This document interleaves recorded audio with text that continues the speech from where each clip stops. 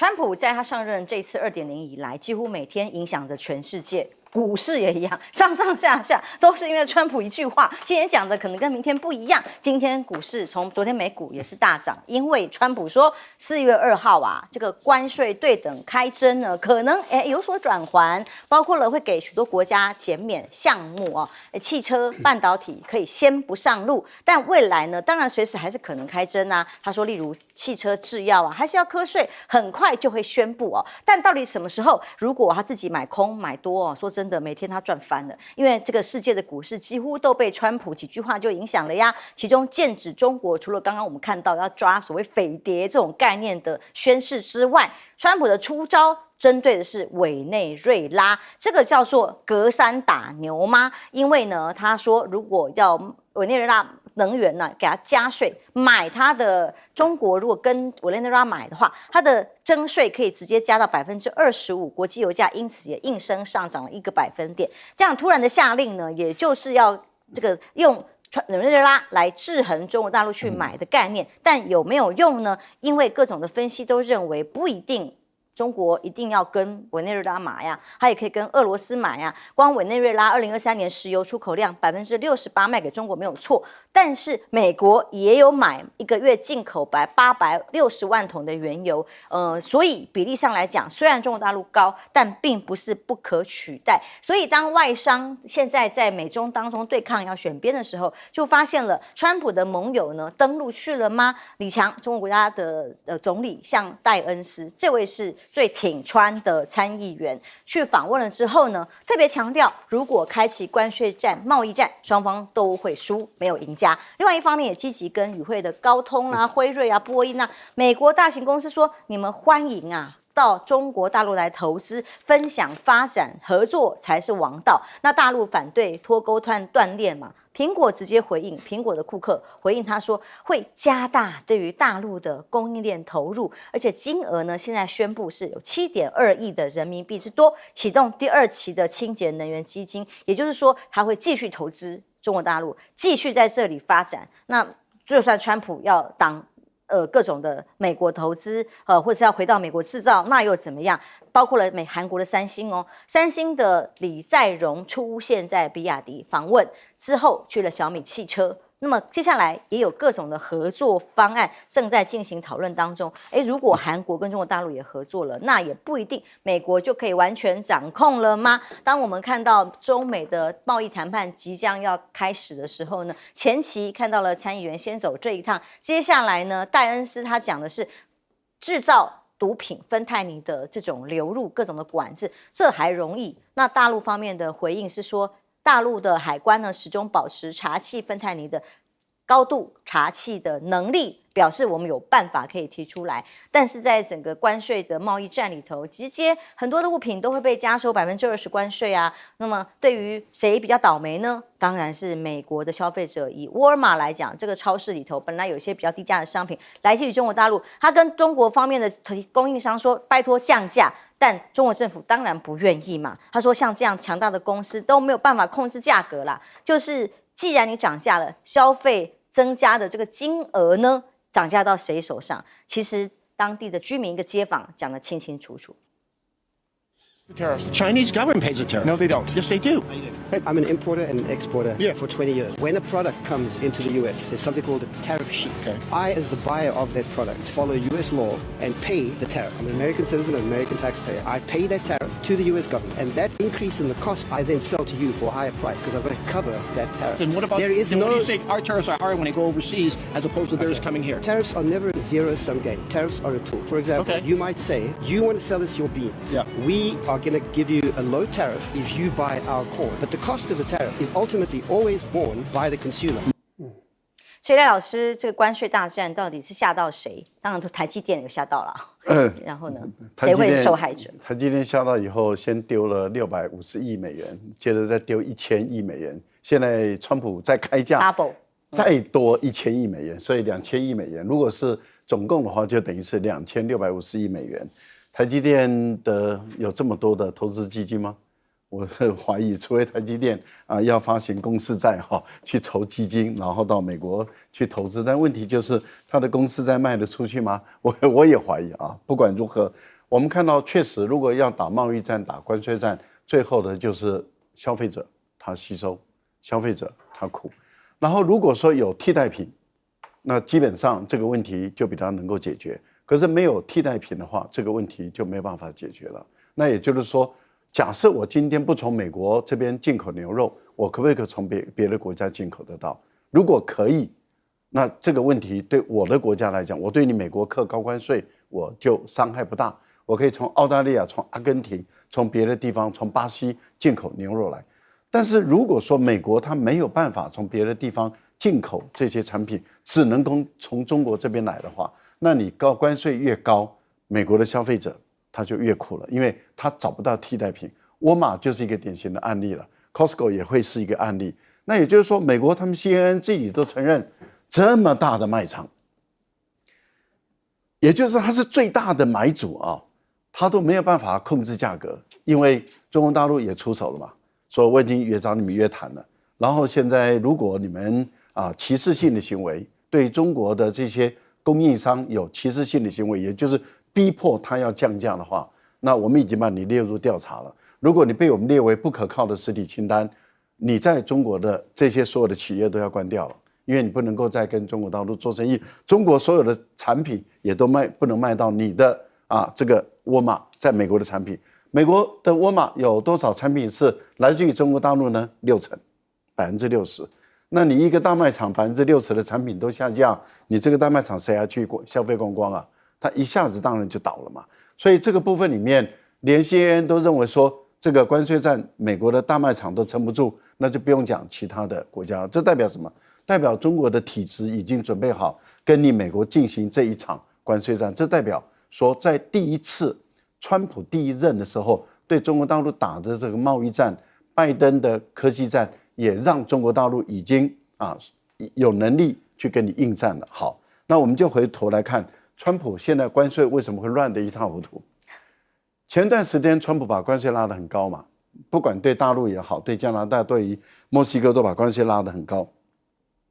然后欧洲扬言说，我今天我一定会报复。然后川普又说，那我就对你的红酒跟烈酒再课200%的关税。这个时候，美国的股市连跌了。而且连续重挫了好几天，那么跌了快破20%的时候，这个时候说有一个声音出来了，也就是说，当股市跌到20%以下，再继续往下重挫的时候，很有可能就陷入了美国的经济衰退，所以特朗普衰退的这个词就被创造出来了。那因此媒体记者就在问川普说，那这个经济会不会衰退？特朗普第一次承认说，经济是会衰退的，有可能，但是我们顶得住，我们只要熬过这段苦日子就好了。结果第二天股市重挫了。那当记者再去问川普的时候，川普说，经济不会衰退啊，可是你明明讲会衰退啊，可是你又讲不会衰退，可是人家问说，那股市一直在跌怎么办？他说我从来不看股市的。其实川普天天看股票，天天看股市，结果您看4月2号时间越来越接近了嘛。当4月2号时间越来越接近的时候，传出来了，说川普要重新发落了，要把这个关税打击的范围缩小，说现在缩到只剩下打击15%，然后在关税的幅度再把它缩一点，股市嘣一下子反弹了600点，这代表什么？我相信川普一定在看股市，开心啊！所以真的是，原来川普的关税跟股市确实有相互之间的联动关系，也跟美国的经济发展有联动关系。那问题就在于，川普还要不要继续再玩下去？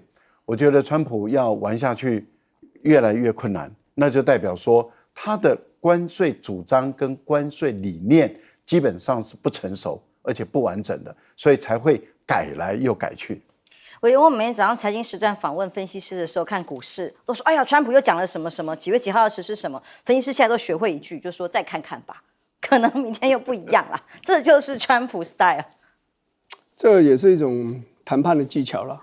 敌人根本不了解你在想什么，也不晓得你明天玩什么花样。但这有一个缺点有时候你就会破坏不是你自己川普政府的形象，就美国的形象。你会让很多的国家认为说，你这美国现在不再是世界正义的代表哦，你现在就是到处就想欺负人家，然后嘴巴呢也很贱不饶人哦，看到什么你都要，格林兰你也要，然后巴拿马这个你也要，运河你也要，然后格林兰你也要，加拿大你也要，就这样就胃口大的不得了，然后嘴巴坏的不得了，这样子，这个是不好的。所以在欧洲的确是有一些人是刻意的在发动不采购美国的商品，那加拿大更不用讲了。这种风气，这种一旦这个蔓延开来以后，坦白讲对美国的形象是很大的一个打击。就你这个总统，你讲的话，人家就不把你当一回事，因为你今天讲的话，可能明天就被自己给推翻了，就这样子啊。不过现在讲这个所谓的这个，为什么这么多的大商人哦，现在跑到大公司的这些主管啊，跑到这个中国大陆去啊？中国大陆其实在世界经贸上，我想主要是扮演2个角色。第二，本身是一个非常大的市场，如果以手机来讲，是全世界单一国家最大的市场。第二个，它是一个最大的世界工厂，所以呢，这些要买东西或卖，像沃尔玛就是要买它东西嘛，想买便宜一点的东西嘛。如果中国大陆断供，它就完了嘛。对。那第二个呢，就是我要卖东西给你嘛。你像苹果，他说他要加强投资，他不这样加强投资，他可以吗？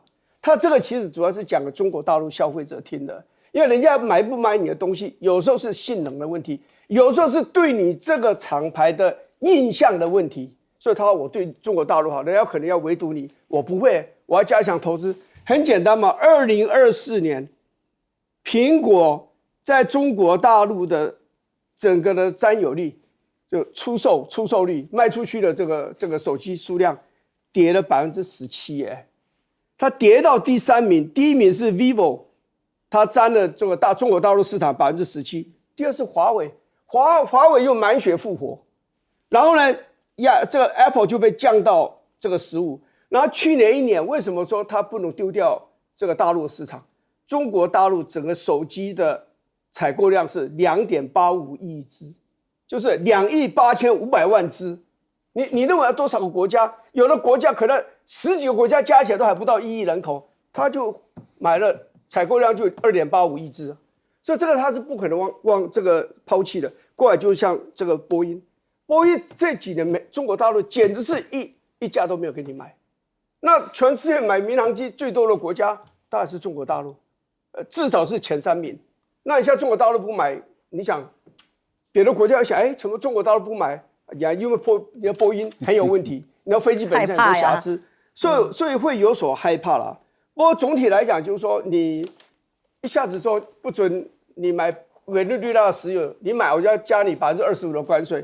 你知道中国大陆其实进口的世界的石油，以去年来讲，进口最多的石油是来自2国，第2个是沙特阿拉伯，过来马来西亚、伊拉克，委内瑞拉排第26啊。我讲一个实话。中国大陆可以不买委内瑞拉，他买他有经营拉丁美洲的这样一个战略的构想，而且因为委内瑞拉在拉丁美洲国家里面，它有一些影响力，因为它跟古巴关系不错，所有不喜欢美国的国家，拉丁美洲国家都对委内瑞拉是同情的，所以我觉得他买这个是战略上的考量，他完全不买，倒霉的是委内瑞拉，不会是中国大陆排名第26，我不买会怎么样吗？不会嘛。隔山打牛打不到牛啊，舰长。这个很多人在提到这个美国的这个关税战，川普的关税战，都觉得川普这个很莫名其妙啊，每天变来变去的啦。很多人第一个直觉就是，你就跟他一起打嘛，他抽多少，你跟他一起对抽不就行了嘛？谁怕谁？可是实际的状况不是这样的。我举个例子，好比说我跟委员，我们2个在2个不同国家做生意，今年我从委员这里进口2000亿的货，那委员从我进口呢，只有200亿，你知道我是大量入超，对的。那结果我们各加10%，他得到多少钱？他可以只增加了10亿，不对，20亿，我会增加多少？增加200亿，你知道吧？就是一个大量入超的国家是最适合打关税战。谁是这个全世界最大量入超的国家？美国。谁是这个世界最大量出超的国家？中国大陆，所以中国大陆最不适合打关税战。不过你看这个川普这个人，我就觉得我用2个来形容，他是一个叫做行动派，一个叫做现实派。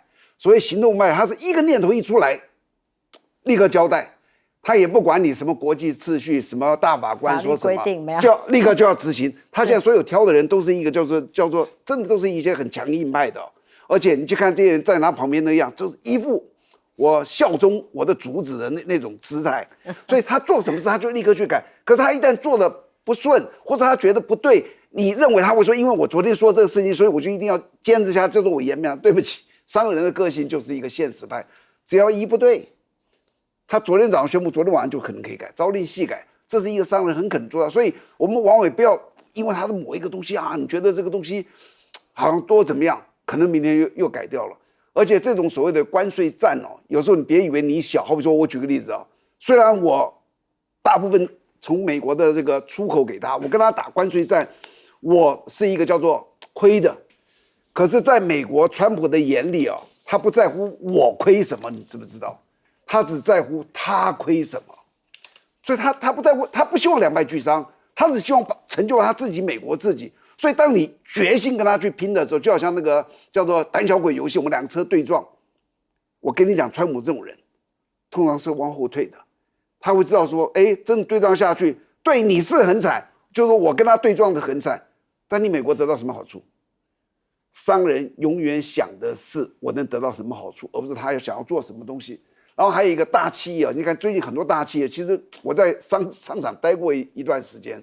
我曾经身边有很多大企业了，他们大概有2个很特别的样。第一个就是分散风险，他绝不会让单一的一个东西会把他企业给弄死，所以他一定会分散，这是第一个。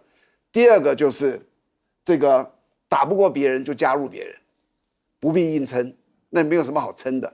如果人家的确很厉害，你就跟他合作。接下来看看动荡的菲律宾，那么国内还是一团乱。那对于现在还在押的前总统杜特地，其实他的名望是很高的哦。在国内呢，因为庆祝谁？庆祝杜特地议员诞辰呢，数千人聚集在府邸帮他庆祝庆生呐。那当然，萨拉杜特地全家他们现在面对于现在国内的各种动荡。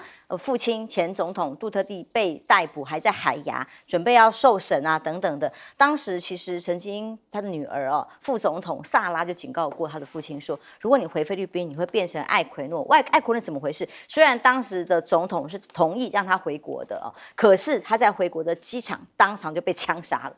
就在大家那么多支持者要欢迎他的情况之下，他就当场活生生遇刺身亡。他说：“如果说你这样子回国的话，可能也会碰到老马可仕做对政敌所干的事情，非常的危险。你要回家，反而会是生命的终点。但他仍然坚持回家，但这次是被国际的这个组织给抓起来了而已。”总统府表示，杜特地不是艾奎诺，菲律宾没有对他的生命构成威胁。这个是通讯部副部长出来回应的啦他说呢，这不是事实，威胁呢跟过去不一样，他这个比起来，跟艾奎诺比起来呢，杜特地比较像是希特勒，因为过去他曾经自比在枪杀还有执法严格的来对毒贩这个过程里头，他曾经说过，如果呢希特勒屠杀300万人，菲律宾如果有300万人吸毒或卖毒品的话，那我很乐意屠杀他们，至少德国有希特勒，菲律宾就会有我等等。现在拿这些相提并论的，他不是烈士，而是一个独裁者吗？来应对，但双方包括人民军等等的对峙是非常的激烈，随时有可能发生政变。包括了艾奎诺的家族前议员拒绝把杜特地跟艾奎诺相提并论啊，那艾奎诺家族所受的这个待遇啊等等各种的论战。当时离开艾奎诺离开菲律宾的艾奎诺是这样子的画面，但杜特地却是不是自我流放，反而是被国际刑事法庭给逮捕了那现在官司会怎么发展？大家还在观察的时候，小马可仕传出来被要除掉萨拉，当然先前他就曾经自己有这样说过了但副总统办公室现在接获了放炸弹的恐吓，结果搜查之后没有还好没有啦，因为否则这个政局的不安动荡有不只是武装部队而已，人民的抗议而已，这个是非常动荡的一个现在菲律宾的现况。而总统府呢也向副总统询问吗？这是询问吗？还是质疑呢？就是说应该公开机密资金的受益人名单，是不是有机密资金来源不明？必须要公开来处理呢？甚至看起来像是一个前哨战，要清算他的资金流向吗？菲律宾政坛的动荡，参议院议长说，武装部队跟菲律宾国家警察厅应该保持中立。不明白萨拉为什么向隶属于菲律宾武装部队的总统安全司提出上诉？他想证明什么？军队跟警察应该互相 fighting 吗？现在处在一个各种的军方、警察支持者的不同，那 report 给谁？总统、副总统不同人呐，这样一个复杂的国内的局势里头，甚至呢，现在警察局长托雷是负责当时在国际法庭要逮捕的时候，要负责逮捕的这个警察局局长也成为一个关注的焦点。参议员就痛骂他说：“不要沉迷于权力，因为这一切都会过去，总有一天你会下台，你会感受到人民如何对待你。”而这个警察局长托雷则是说：“杜特地一直质疑我们的权威那其实呢。”小女儿等等还咒骂他告诉记者说他还小他这次负责杜特地移送海牙的动作就是他的工作而已那菲律宾人怎么看这一次整个菲律宾的政局的混乱呢？根据报道，这项在2月20号到26号所进行的调查民调发现，37.9%都认为国家呢已经陷入了政治混乱或者是脱序的状况。怎么看菲律宾？我想小马克思始料未及小马克思没想到说整个局势的演变怎么走到今天这个地步。原本他是跟国际刑事法院已经合谋要去逮捕这个杜特地，但这是违法的，因为菲律宾并不是一个政治失序、社会司法失序、整个国家陷入混乱无能的一个状态下，它还是有它的政府有它的司法运作的一个程序。那国际刑事法院基本上是补充原则，它不能够超越一个国家主权去代行这个事情。那如果它要超越一个国家主权，那么要去代行这个事，它要经过它的这个缔约者的国家他们的同意来做这件事。但是菲律宾已经退出了这个缔约者，他不能够说你以前是缔约者，所以呢你现在退出来了，我现在的法律还是基于你，那不可以的。因为它并不是联合国的一个机构，它也不是安理会所的一个机构，它都不是，它只是这个罗马公约底下的一些相关的国家所同意承认建立的一个机制。那这个机制已经越权了，他本来是想偷偷的就把杜特地逮捕，就把他送到这个海牙法庭去，但杜特地应该是知道了，所以情报应该是走漏了。所以杜特地特意到香港去3天，高调的，国际媒体就是关注到他了。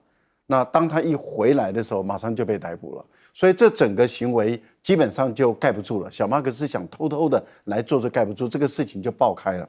爆开以后，到了海牙法庭的时候，他马上就指控，因为程序庭结束以后，在正式庭的时候，他就指控你国际刑事法院，你对于小布希的杀害。这个阿富汗人30万人你怎么做？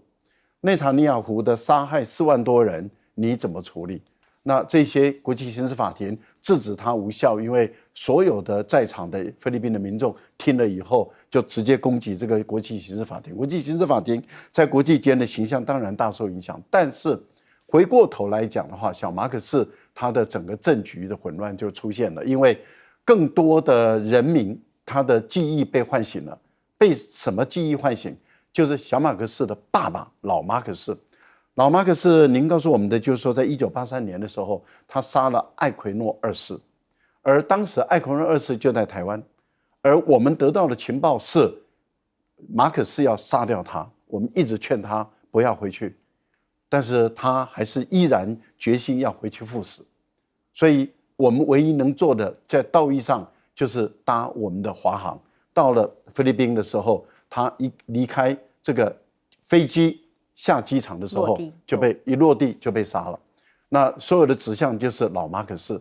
现在小马可斯虽然没有直接杀人，但是却利用国际刑事组织把这个这个杜特地抓走。现在杜特地的女儿指控他准备要杀我，或者是杀我爸爸等等，大家把记忆力唤醒了以后就连在一起了。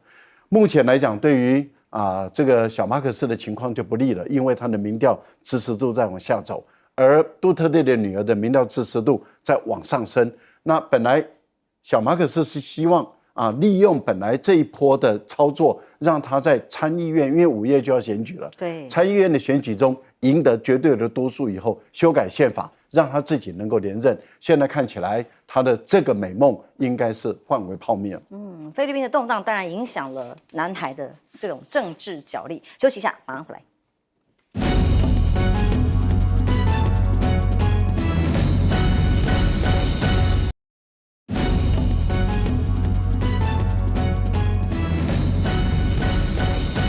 菲律宾政局动荡，当然因为前总统被逮捕的关系。不过，美中在这个地区的南海的争霸，当然也跟政局息息相关。委员，当然是这样子，这个不是那么单纯的。你说小马可是有多大的胆子，敢把杜特地交给国际刑事法院？这后面没有强权的因素，他怎么敢干这种事呢？他毕竟是你的副总统的父亲而且是前任的副总统而且是南部，尤其是民达纳尔的当地的，等于是坐山老虎你这样子把他送给国际刑事法院，对任何国家人民大家都不会接受，因为这有涉及到民主主义的问题嘛。你怎么会把我们的副总统，你有本事在那边抓他，你自己把他判刑，就在菲律宾坐牢，你把他交给刑事法院，国际刑事法院。所以这里面小马可是向天借胆，他不是向天借胆，他是向强权借胆因为这里面当然涉及到地缘政治的问题嘛。你杜特地你在任的时候，你跟中国大陆关系怎么样？你跟美国的关系怎么样？像小马可仕的做法，刚好要跟杜特地要不一样。他后面当然就有强权的角力在那里，在里头嘛。这种前几期你仔细去看。南韩的政局有点像，前次大陆也说南韩的大统领就是南韩的总统死定了，对不对？你看他现在是不是又出来了，逍遥了，而且很有可能弹劾，对，会让他恢复职务然后你看在野党的力量又下去了，而且搞不好在野党的这个党主席搞不好自己先坐牢了，对不对？所以这个都有强权啦，尤其说像川普这种个性的人我跟你讲你家就是我家了。天下就是我的天下就是我的啦。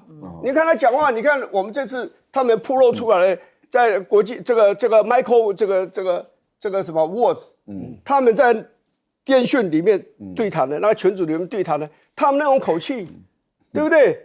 政极天下，天下就是你家就是我家吗？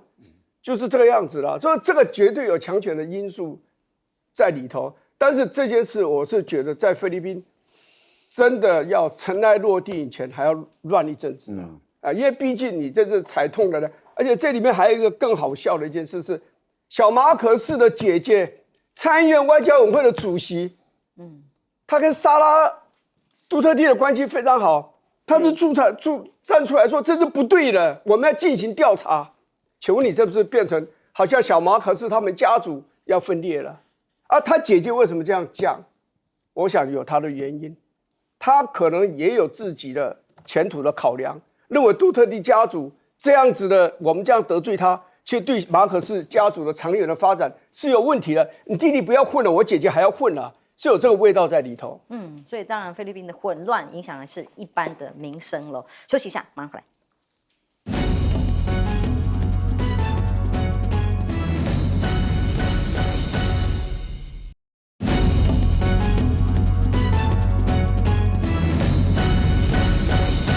菲律宾现在政局动荡，因为前总统被抓了，现任的总统跟副总统当然互相的对峙，民兵跟政府组织的这个军队还有很多对抗，民意更是沸腾至极，各种抗议不断的发生。舰长，这个两大家族马可仕家族跟杜特地家族，他们竞争到什么地步前一阵子那个副总统沙拉讲说，他说什么？公开讲，如果我被暗杀，我保证我会派人暗杀你小马可仕。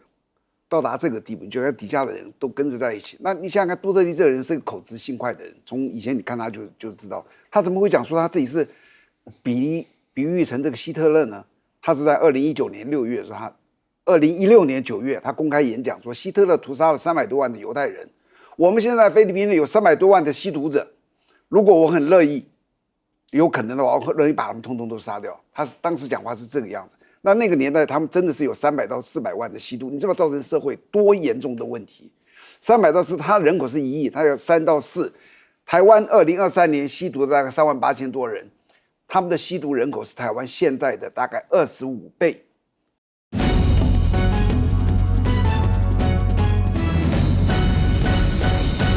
观众平安，欢迎收看 TBS 新闻大白话，我是王简修。如果一开始看到这画面，黑画面可能会吓到。这个刘宝霞是谁？待会我们切入主题，就来跟大家讨论。最近在网络上非常的红。首先加入我们讨论的第一位大白话来宾，国际政治专家赖岳谦老师。主持人好，观众朋友大家好。国际战略学者林玉芳。大家好。前彰检舰长黄征辉将军上校。主持人、各位观众大家好。好。刘宝霞是谁？这点的网络搜寻非常高啊！哇，我们来看看，在美国通缉犯创下了最高金额，没听过这么高的，比宾拉登都高。她是谁？她是一位山东女生哦。这位女士呢，被疯狂的搜索跟讨论，因为被天价通缉了，被说难道一个中国大姐就可以改写中东地缘政治吗？通缉她的理由是什么呢？因为她从中国跟香港非法出口走私被美国管制的出口物品，包括无人机技术啦、相关设备啦，给这个伊斯兰的革命卫队跟国防武装部队的后勤哦，所以直接通缉令下来，悬赏多少钱？1500万哇美金呢！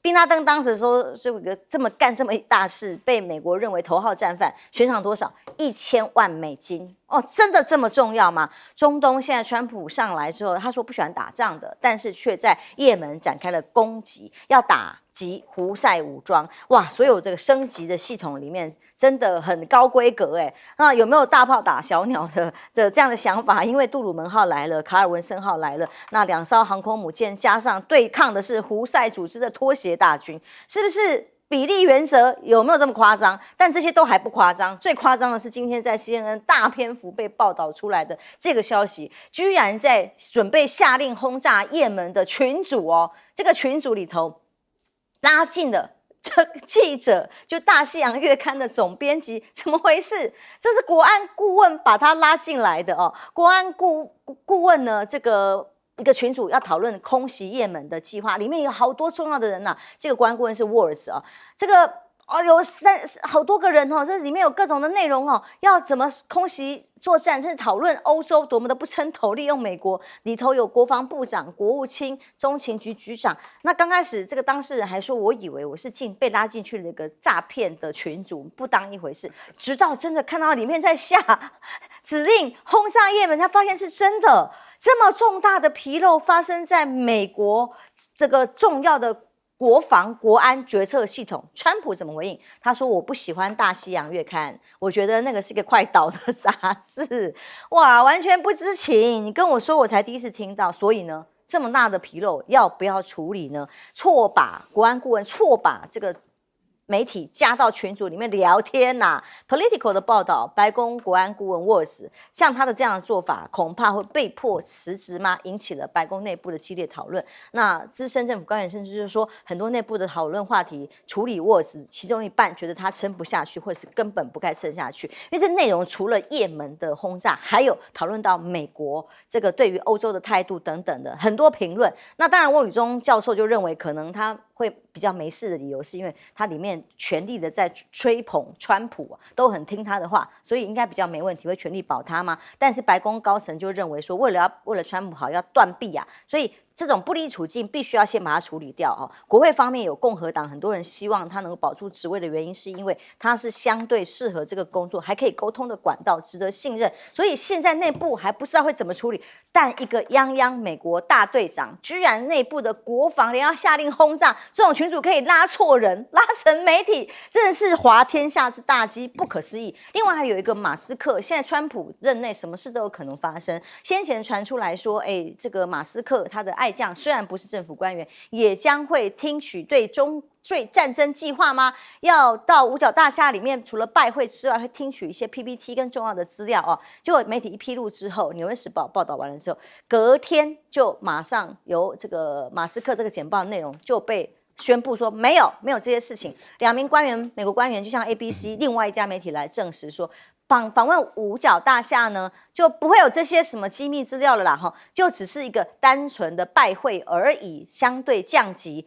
川普对这件事情怎么回答呢？是不是要先查泄密？他先倒是表示了一件事情，不会对商人展示国家机密。他说，因为马斯克啊，在中国大陆有很多的事业，恐怕会影响他的判断，所以罕见的坦诚，身兼政府顾问跟企业家、商人的马斯克有利益冲突吗？哎呀，今天它的股价稍微回来一点，要不然股价整个跌了一半，拦腰斩。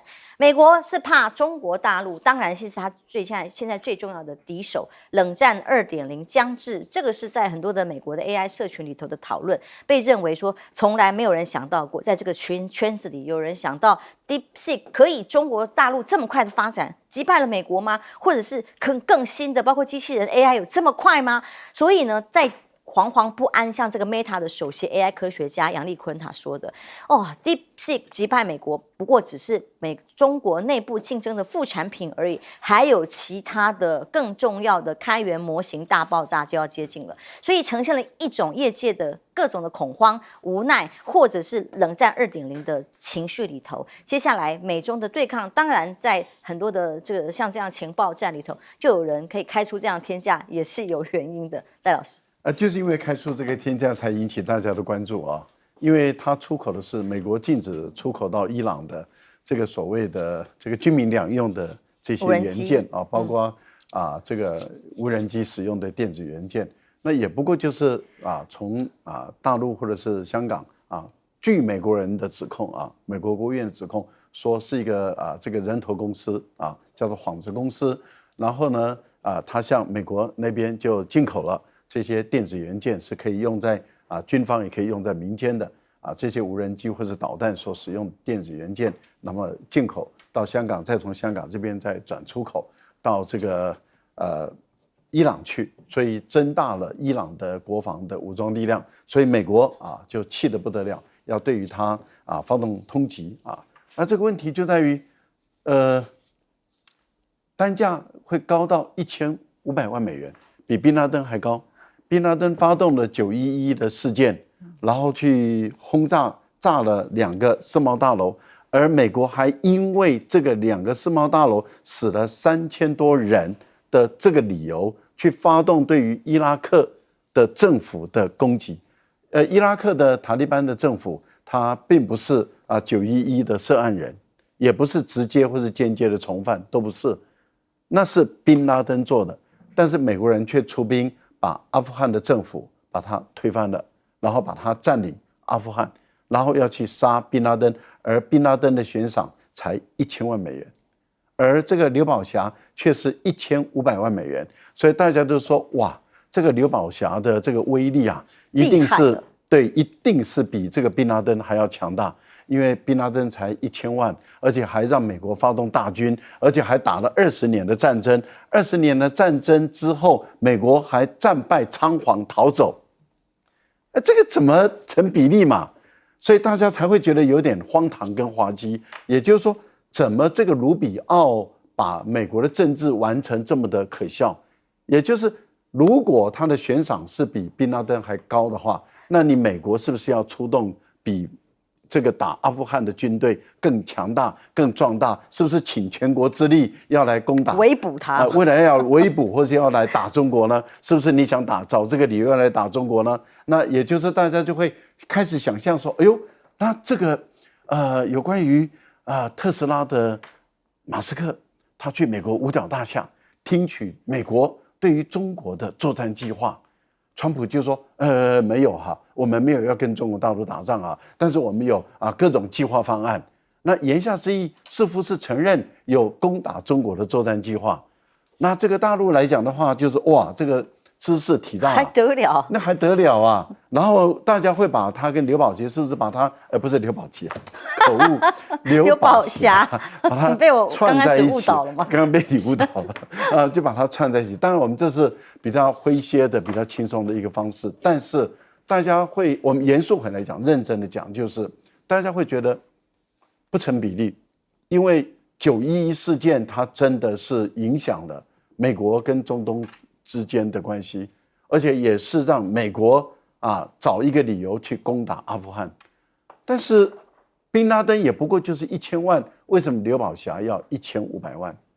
这一点会是个大家理由或借口吗？对大家都为不解什么呢，对大家都不解，就是说你到底美国你到底想要干什么啊？这是大家都在想的事情。另外一个部分里面，大家就开始留意到另外一个问题，那也就是说，针对伊朗，因为它所牵涉到的都是相关的国家，针对伊朗，然后美国现在在打胡塞组织，而打胡塞组织的原因是因为胡塞又重新启动对于红海的美国船以及以色列船只的攻击。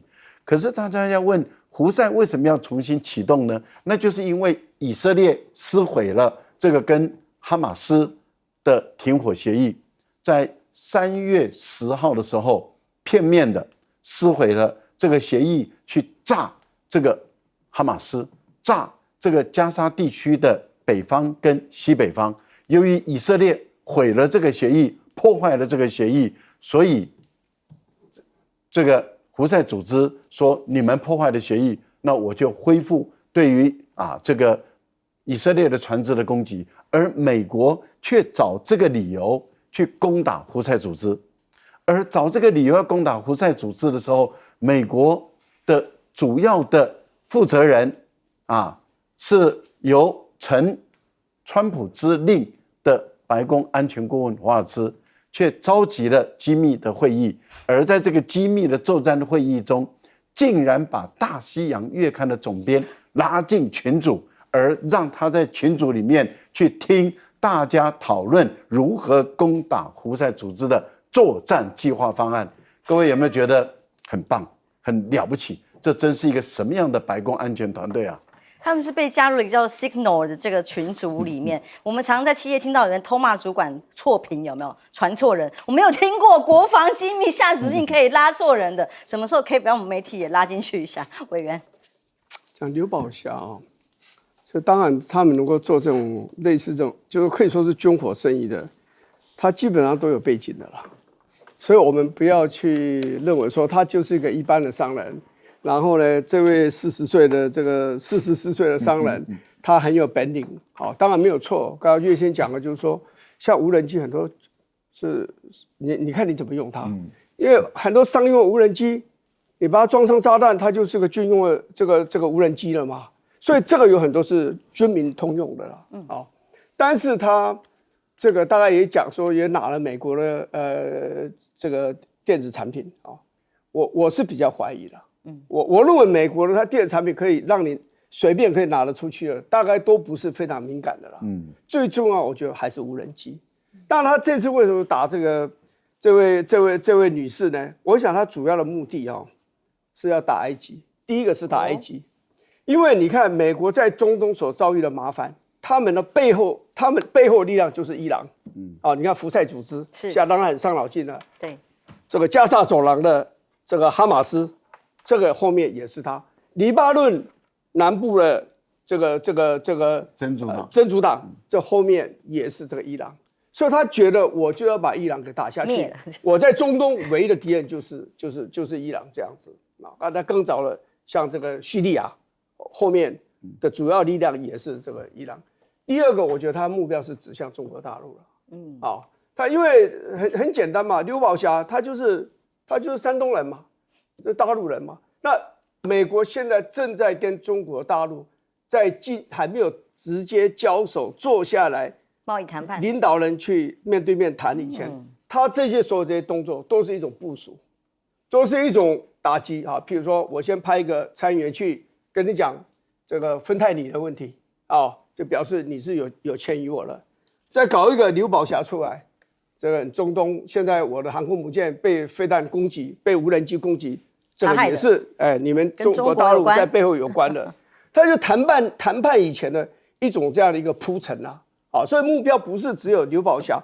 其实你说他1500万，他一共有4个人可4个人主要的人大概还是刘宝霞啦。所以他真的是悬赏高，我觉得是 overpriced， 这个价钱是故意把它标高，显示它的重要性。跟他对美国利益的破坏性，同样的，这就是要累积他谈判的筹码，因为他到最后，他主要的谈判的对象其实还是中国大陆了。好，将军怎么看？